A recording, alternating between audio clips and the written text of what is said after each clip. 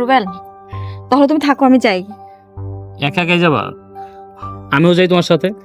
আরে না, তোমার যেতে হবে না, আমিই যাই। শুনো, আমিও তো যাইতাম না, বাবা অসুস্থ, তার জন্যই তো আমি যাচ্ছি। দেখো, তোমার বাবা অসুস্থ, আমার শ্বশুর অসুস্থ, এখন আমি জামাই মানুষ, আমি যদি না যাই কেমন দেখায় বলো? আরে না, তোমার অফিস আছে না, অফিস মিস দিলে আবার সমস্যা হবে, তার থেকে ভালো আমি যাই। ঠিক আছে, চলো তোমাকে আগাই দিয়ে আসি। না না, আগায় দিতে হবে না, আমি একাই যেতে পারবো। শোনো, আমি যাচ্ছি, ওইখানে যে বাবার কি হয় কি না হয় সেটা আমি তোমাকে জানাবো। আমি তো অবশ্যই যাবো, চলো আমি তোমাকে আগাই দিয়ে আসি। না না, তোমার আমাকে আগায় দিতে হবে না, ওইখানে গাড়ি দাঁড়াই আছে, আমি একাই যেতে পারবো। একা যেতে পারবে তো? হ্যাঁ। ঠিক আছে, আচ্ছা, যাও তাহলে। কি করছো? তুমি চলে যাবে একা, আমার কি ভালো লাগে বলো? আরে তুমি যে কি করো না, আরে পাগল, আশেপাশে অনেক মানুষ আছে, তারা দেখে কি ভাববে, ছাড়ো তো। ঠিক আছে, যাও তাহলে। হ্যাঁ আচ্ছা থাকো। হ্যাঁ, আচ্ছা, যা তুই। দিছি তোর সাথে জিপিএস ট্র্যাকিং লাগাইয়া, তুই তোর বাপের বাড়ি যাস না কই যাস সেটা আজকে আমি দেখব।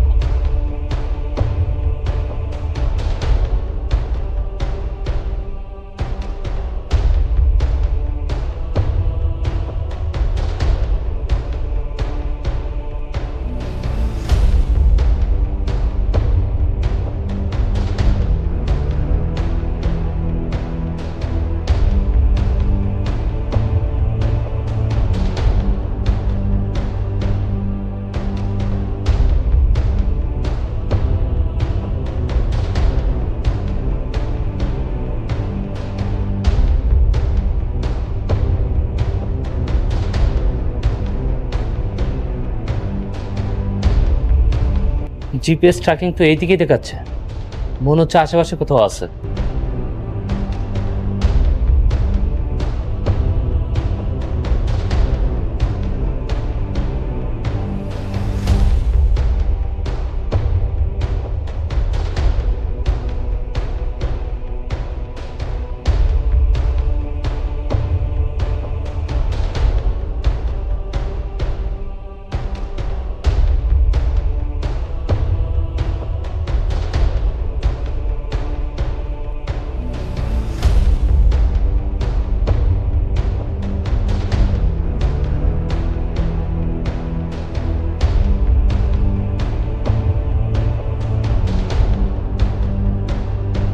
তাহলে ওই এই বাড়িতে আসছে। ঠিক আছে,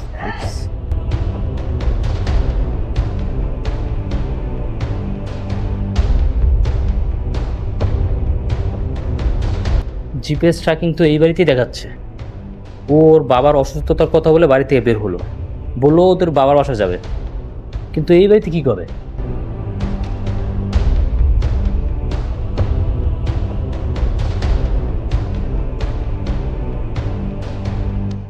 বাজারে গেলে কিন্তু তোমার ওষুধ মনে করে নিয়ে আসবা, ঠিক আছে? আচ্ছা, নিয়ে আসবো।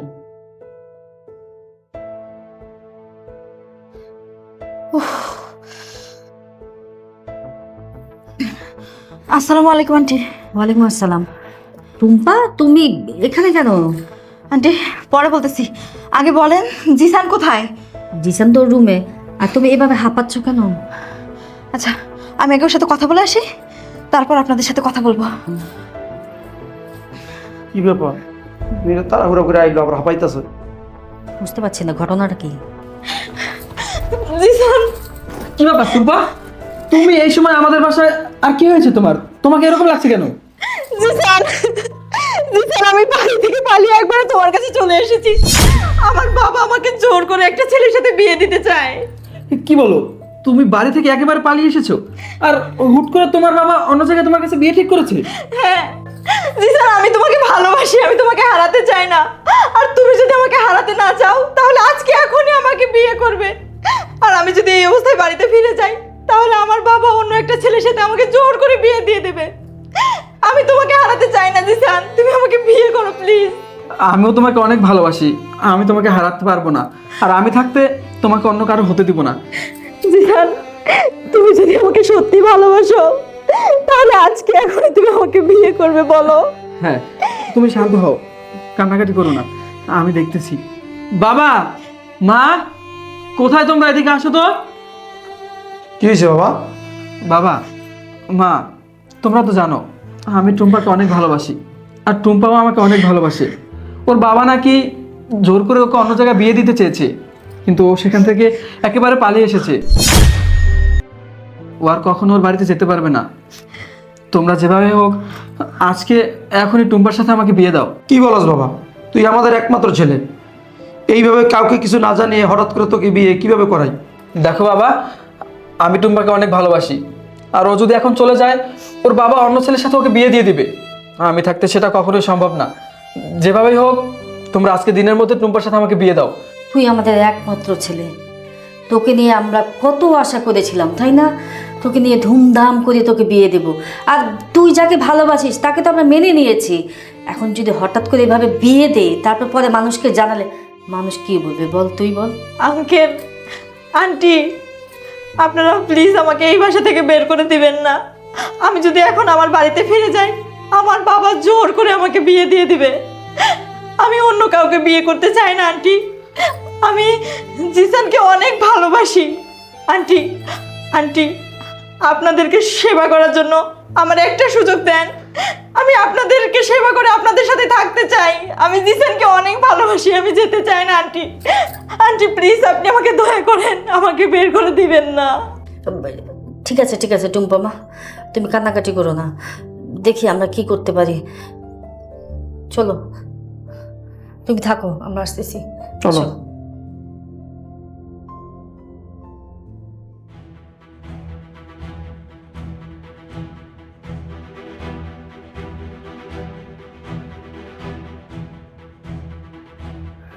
এই ছেলে, তুমি কে?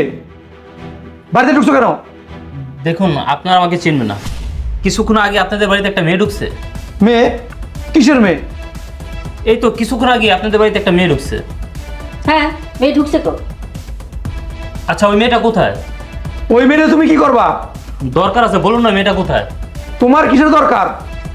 দেখুন, ওই মেয়েটা আমার স্ত্রী। হ্যাঁ ছেলে, তোমার মাথা কি ঠিক আছে? হ্যাঁ, ওই মেয়ে আমার ছেলে হবু বউ, তাদের আজকে আমরা বিয়ে দিব। আরে আপনারা কি বলতেছেন এসব? আর ওই মেয়েটা আমার স্ত্রী। কি বলে? ওই তো ওরা চলে আসছে, ওই যে।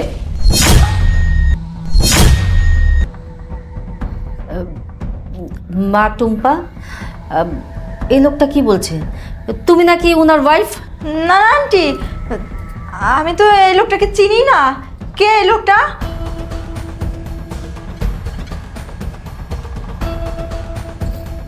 কি বললি? তুই আমাকে চিনোস না? আপনার সাহস কত বড়? হ্যাঁ, আপনি আমাদের বাসায় ঢুকে আমার হবু স্ত্রীর গায়ে হাত দেন? বাবা, মা, উনি কে? উনি আমাদের বাসায় আসলো কিভাবে? আর উনি কি আমি কিভাবে বলবো? বাসা ঢুকে বলতেছে কোনো মেয়ে ঢুকছে কিনা, টুম্পা মামুনের দিকে বলতেছে ওনার স্ত্রী।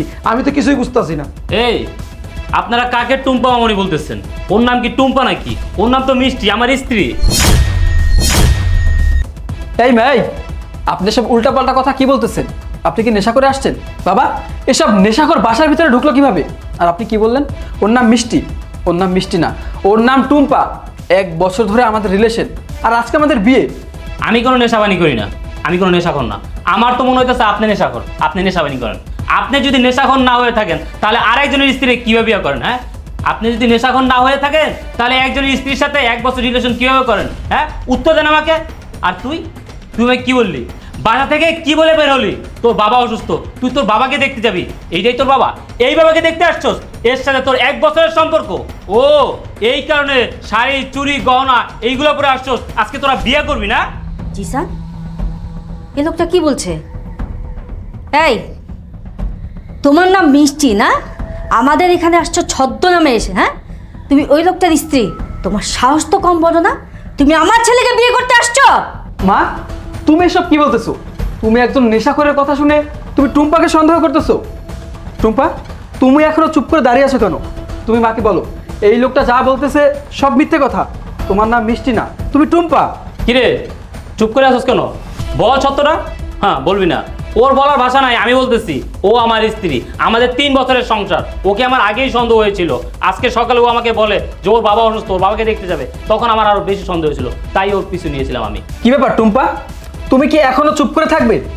এই লোকটা বাসায় আসার পর থেকেই উল্টাপাল্টা কথা বলে যাচ্ছে, আর তুমি চুপ করে আছো। তুমি কেন ওনার কথার প্রতিবাদ করতেছো না? হ্যাঁ, ও আমার স্বামী, কিন্তু আমি ওকে স্বামী হিসেবে মানি না। ওর কাছে আমি কোনোদিনই সুখে ছিলাম না। আচ্ছা, তুমি আমাকে বলো তো, তুমি আমার পিছু নিয়ে এই বাসায় কিভাবে আসলে? কিভাবে চলে আসলাম? তুই তোর পিছনে হাত দিয়ে দেখ, তোর পিছনে জিপিএস ট্র্যাকার লাগানো আছে। তোর ওই জিপিএস ট্র্যাকারের সাথে আমার ফোনে কানেক্ট করা আছে, আর ওইটার মাধ্যমেই তোর পিছনে পিছনে এই বাড়িতে চলে আসছি। দেখি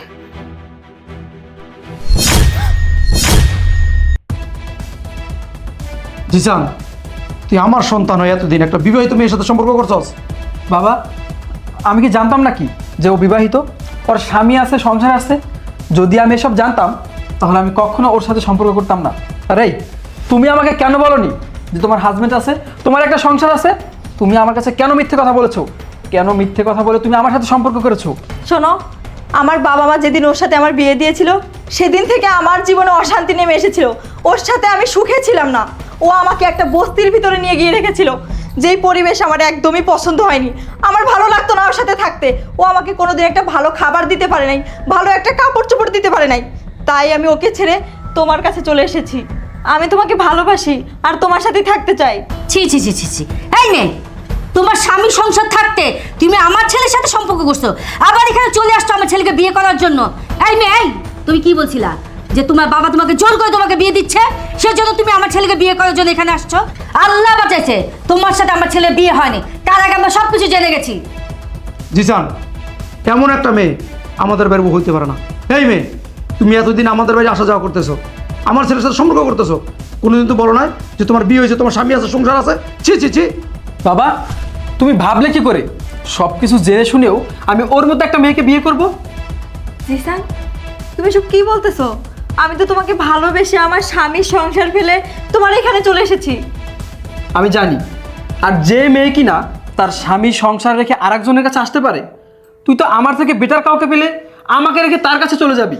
তোর মতো মেয়েকে আমি কখনো বিয়ে করতে পারবো না। আর ভাই, আপনি প্লিজ আমাকে মাফ করে দিবেন। আপনি বিশ্বাস করেন, আমি জানতাম না যে ও ম্যারিড।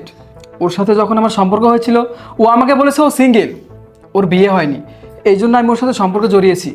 আমি যদি জানতাম ও ম্যারিড, তাহলে আমি জীবনে ওর সাথে সম্পর্ক করতাম না। আপনি প্লিজ আপনার ওয়াইফকে আমার বাসা থেকে নিয়ে চলে যান। আরে ভাই, আমি ওকে কোথায় নিয়ে যাব? ও তো সংসার থেকে বের হয়ে গেছে। আর যেই নারী একবার সংসার থেকে বের হয়ে যায়, তাকে আর ঘরে তোলা যায় না। ও আজকে আমাকে সকালে বলেছে ওর বাবা অসুস্থ, এই কথা বলে আপনার কাছে চলে আসছে আপনাকে বিয়ে করার জন্য। আপনি ওকে বিয়ে করেন না, বিয়ে করে সুখে থাকেন। আরে এই শোন, তুই তো আমার কাছে কোনো সুখ আহ্লাদ পাস নাই, আমি তোকে বস্তিতে রাখছি, কোনোদিন ভালো থাকস না আমার কাছে। ঠিক আছে, তুই এখানে থাক, ওনাকে বিয়ে করে এখানে সুখে থাক। আমার সাথে আর তোকে যাওয়া লাগবে না। আমার বাড়ির দরজা তোর জন্য চিরতর বন্ধ। আমার বাড়ি ত্রিশ না, তুই আর পা দিবি না। আজকে থেকে তোর সম্পর্ক এখানেই শেষ। রুবেল, রুবেল দাঁড়াও, আমাকে নিয়ে যাও তোমার সাথে।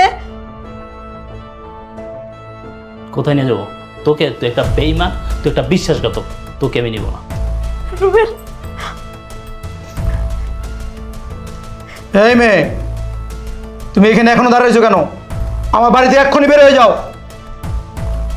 আমার দিকে তাকিয়ে থেকে কোনো লাভ নেই। বাবা কি বলেছে শুনুনি? বেরিয়ে যাও বাসা থেকে। যাও না,